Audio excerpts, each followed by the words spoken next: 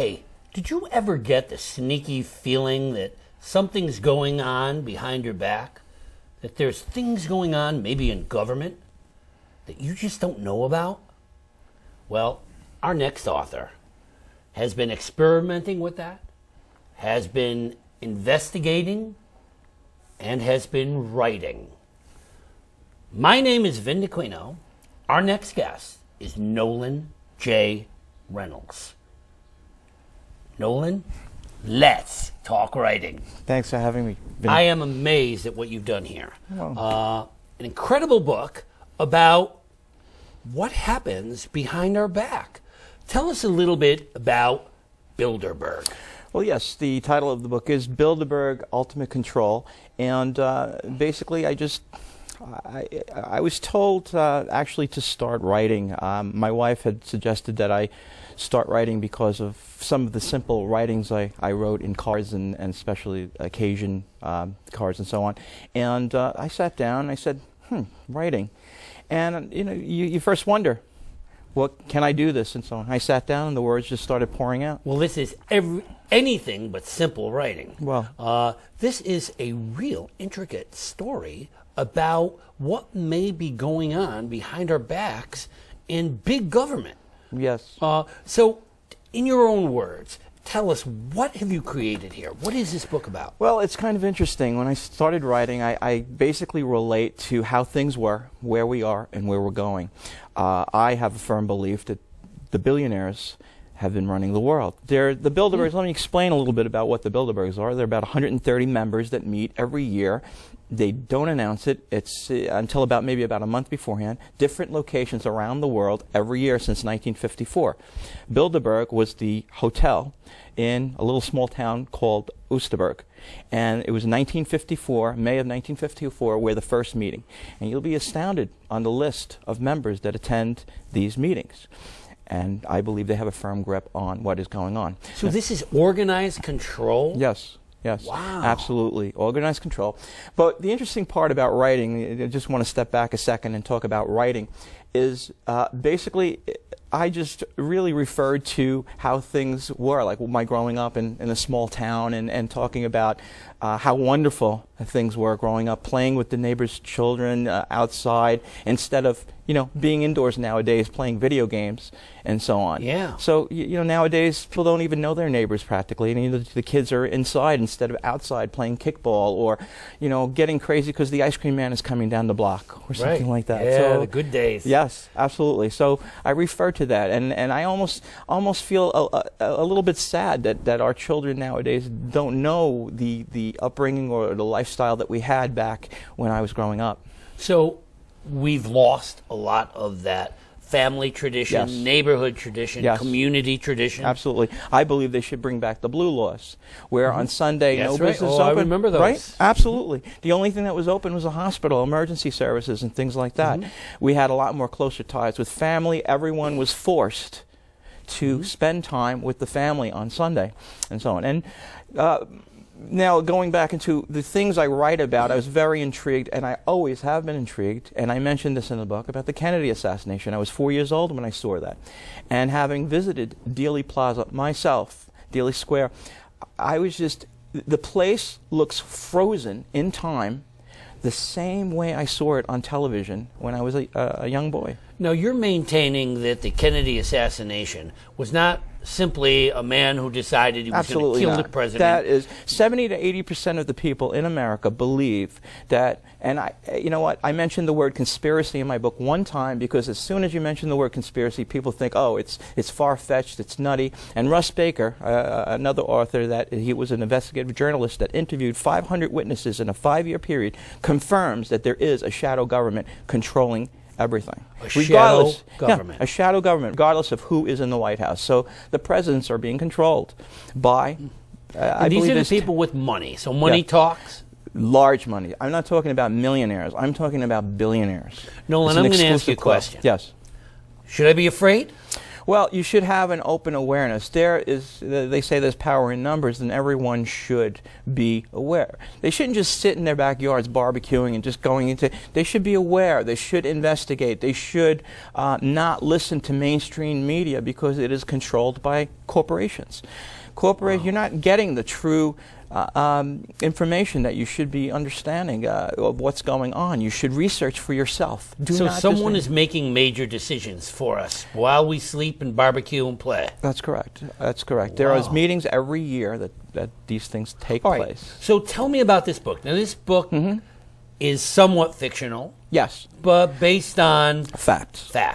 Yes, I use true facts of everything that's happened. I talk about the two assassins, Robert Kennedy, John Kennedy, Martin Luther King, people, John Lennon, people that have, and you might say, oh, John Lennon he was shot by one, but there are things like brainwashing, mind control, and things like that. Now, that sounds far-fetched, but listen, the CIA, they do things that we don't know about. And you know what? They go ungoverned, and it's my belief that it was an elaborate scheme by the CIA, by the FBI that did this with the Kennedy assassination and sculpted out the rest of the 60 years. So your feeling is we should not believe everything we hear? Absolutely not. You should research the information yourself. And not all true information, for instance, is on the Internet. You need to decipher for yourself and just read what people write. And maybe read 6 or 7 readings and see.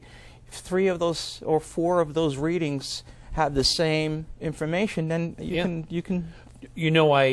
I did a book on Sybil Ludington, and it blew my mind because it wasn't what I started with. Right. I mean, Sybil Ludington, by the time I finished the book, went from having 6 children to 1 child. Isn't that interesting? Her husband's name changed 3 times. Right.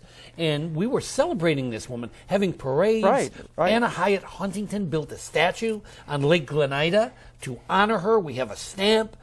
And yet, most of the information we had about her, from the ride until her death, it's interesting because when you sit down to write, and I believe there's a writer in all of us. You need to sit down and say, can I do this? And when I started writing, I said, and my background is basically event production, so I've been in event production for most of my life. So I know how to entertain. So what I did was I put in a fictional plot to get the information across. So the plot is fictional about a family that survives catastrophic situation. And okay, let's go there. Let's go there. All right. So it's a story of a family living in rural America. Basically here in Long Island.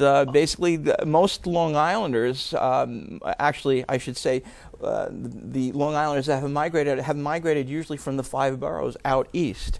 And this is the guideline that I used, that people that had stayed here and had actually, what would happen.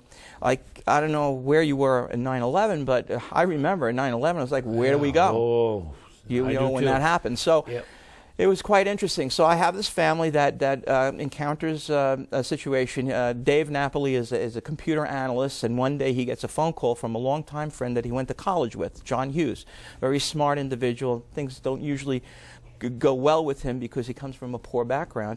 But he has encountered a group that ultimately saves Dave Napoli and his family's life by going through underground bunkers that exist today. Now, a lot of things I mentioned here, we have underground bunkers right now. Oh, I remember the days when we were building them. We were afraid of the Cuban crisis, and people were building all these, putting food. Yep. You can look it up. You can actually buy you buy a condo. You can pay $25,000 to $50,000, and they can sustain life for 5 years underground. Wow. What are these people afraid of? Something's happening. So you should have an awareness of what's going to happen. So now, does this family know that something's happening? Absolutely. At first, his whole family doesn't, but when he encounters the telephone call with John Hughes, I don't want to make this too telling because I'd like people to read for themselves. But he goes for a meeting with John Hughes in a diner, and that's when everything starts to unfold. That's when he discovers the Geneva Project, which is a utopian organization that was developed by Marcus Felipe, the founder of the Geneva Project, where he constructs these aqua cities to build. For the future, for where they can inhabit it in the future, because water is a very great resource for the future. Yeah. So he begins to get suspicious. Yes. He begins to know that things are going on. So Right. what does he do? Basically, he joins forces. What happens is two major cities are attacked.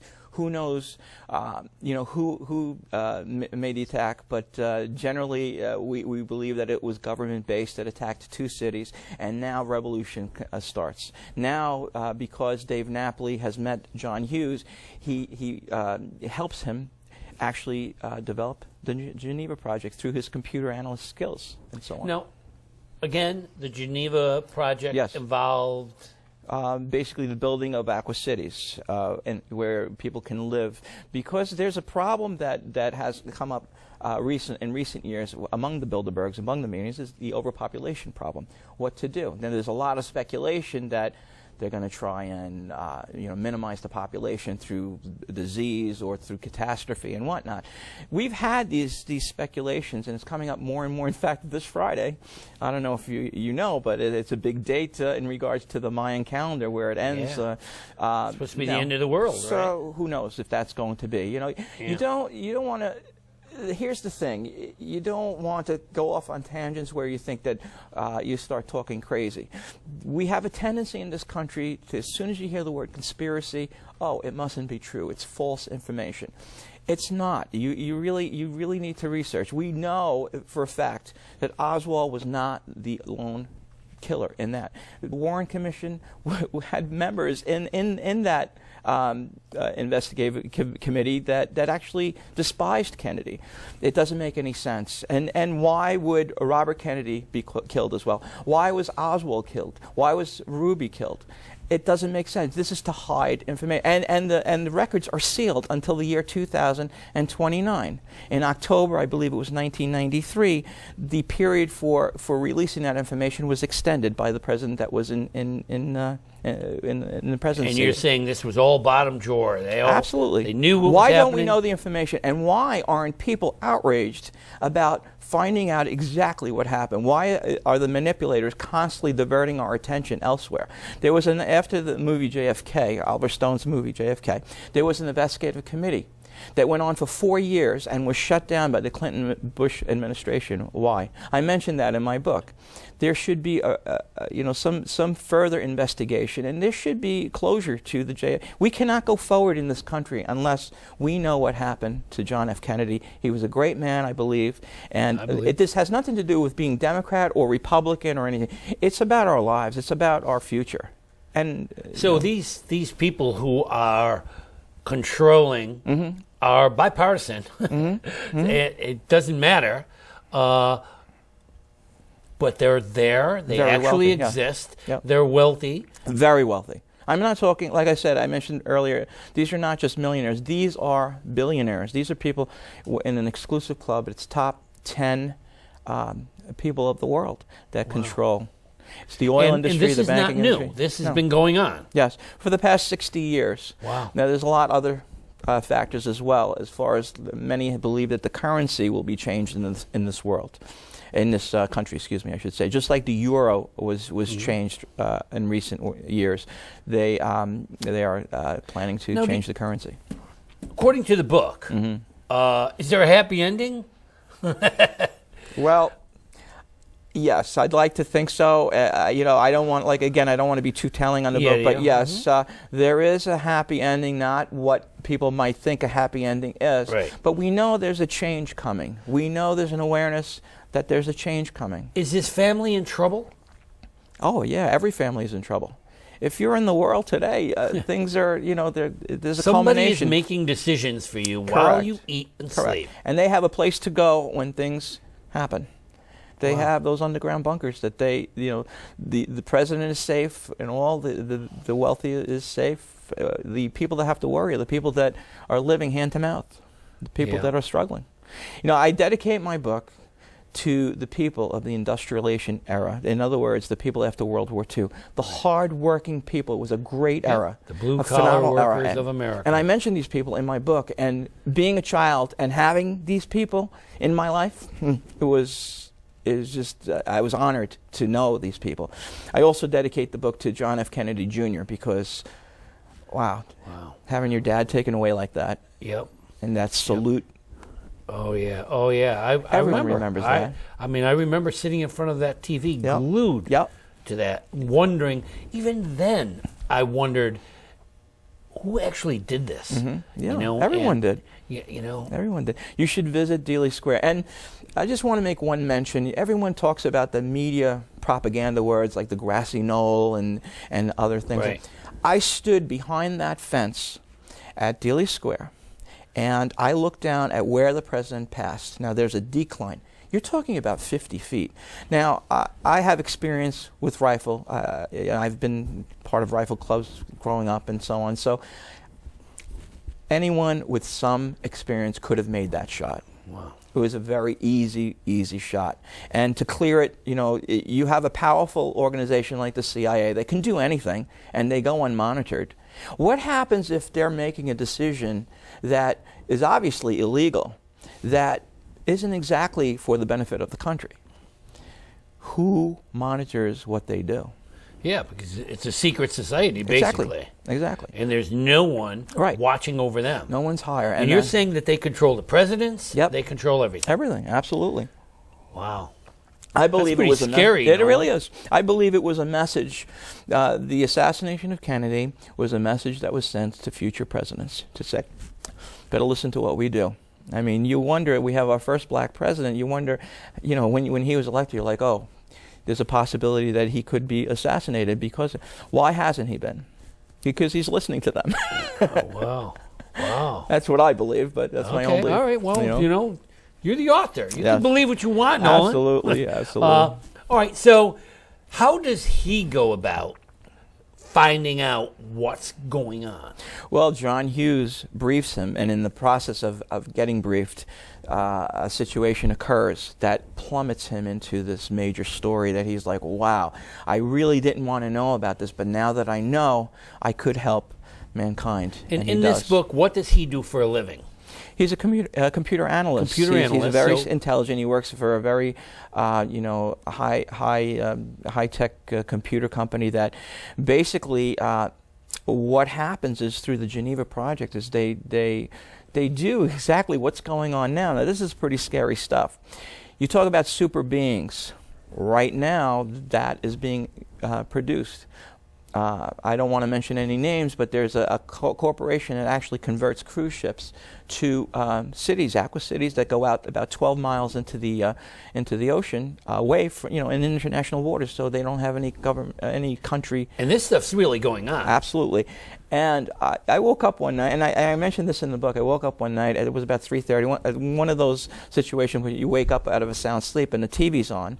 And they were talking about robots. Can they build robots that can think for themselves? That's what's happening right now. Wow. Putting the These human things are being created. as we speak. It's a program called 2045 program. And they're being developed right now as we speak. It's the company that converts the cruise ships to city dwellings is called Blue Seed. What will these robots do? Who knows? Who Yeah. knows whether it'll be used for, we don't know. I don't know. When I went to college, I remember a professor of mine, we were walking past the door, he goes, you know what they're doing in there? They're working on the brain. So, wow, what does that sound like? You're like, they're working on the brain. It was the computer. Now look at how far we've come. Look at our video games. Oh, yeah. I correlate the video games to the computer progress. I'm still amazed by the GPS. Absolutely. The fact that you could be driving Isn't that and incredible? it tells you where you are, Right. tells you when you're making a turn, and tells you if you've taken the wrong turn. Right? Absolutely. Tells you to make a U-turn, go back.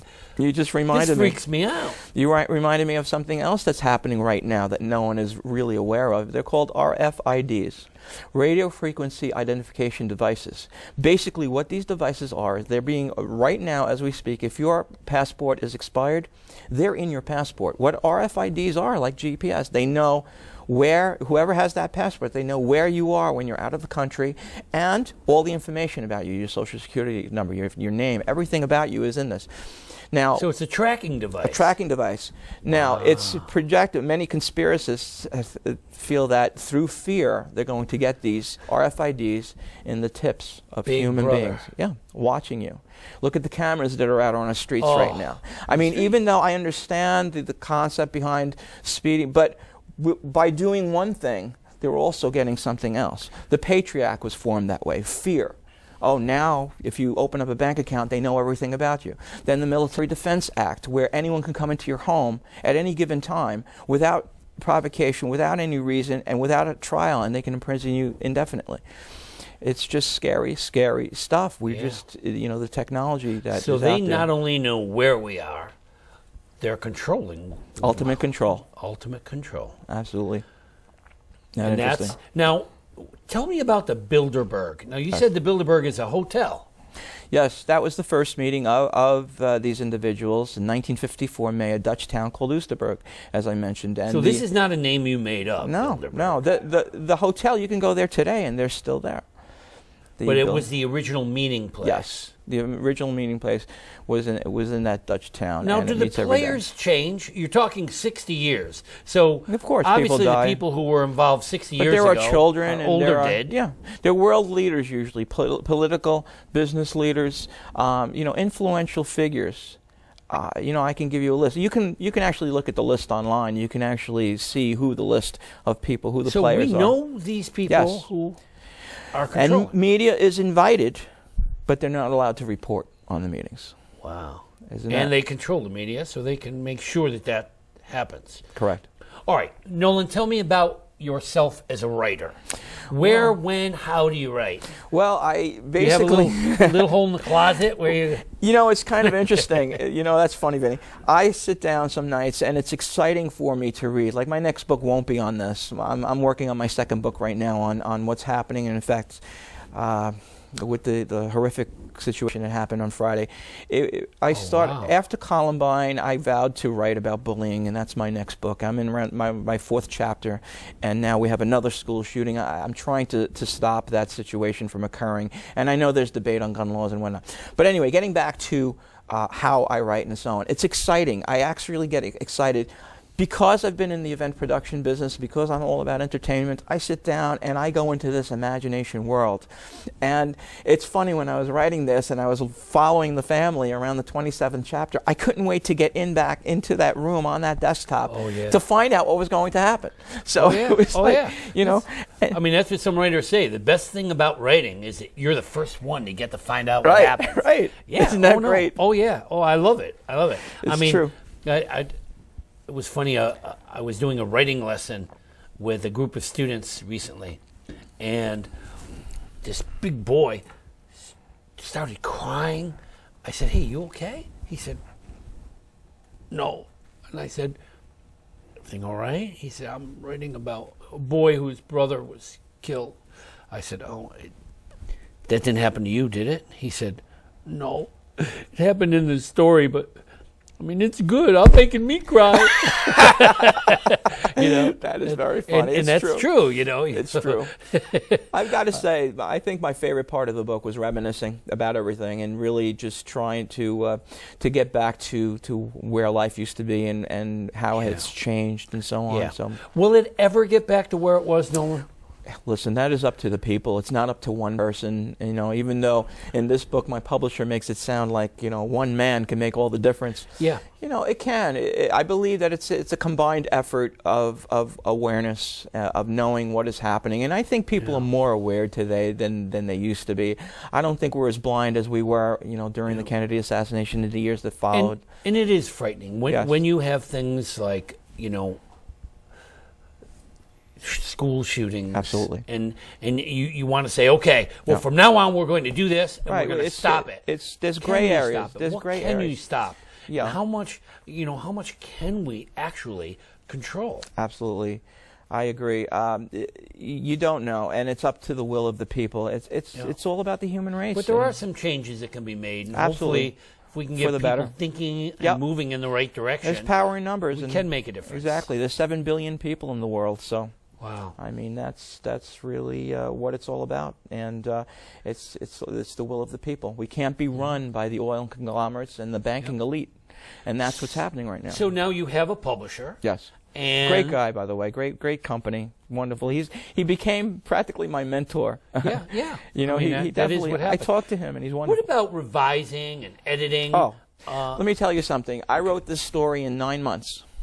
Wow. Took me over 2 years to edit it. There you go. Oh, I know. You don't think about grammar. You don't think about, and that's what my publisher says. You know, Nolan, just write the book. Don't write the story. Write your ideas. We don't care about your grammar, spelling at first. Yeah, we'll work with you on that. Get the story right. Exactly. out. Exactly. And he said, you know what? Then after it's done, then go back and do your preliminary editing and so on.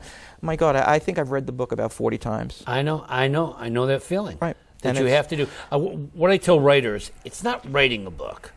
It's working a book. Right. You have to work it. Right. You look at it. You Right. read it again. Another thing that I consider a gem is you don't realize that when you write that first page, it's not the same as when you write the last page.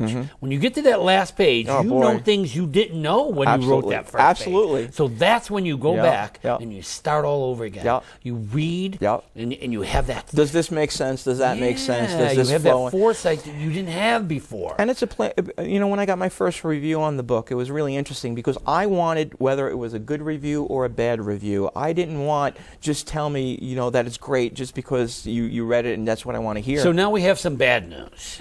Bad news is this book isn't officially out yet, right? Well, the print edition isn't. It comes out January and February of 2013, but it's available in all ebook formats, on Amazon.com and Barnes & Noble and so people on. Can read this book now. Absolutely. In e-form. In a second. They can go online and actually put in Bilderberg Ultimate Control or my author name, and the book will pop up and you can have it in seconds.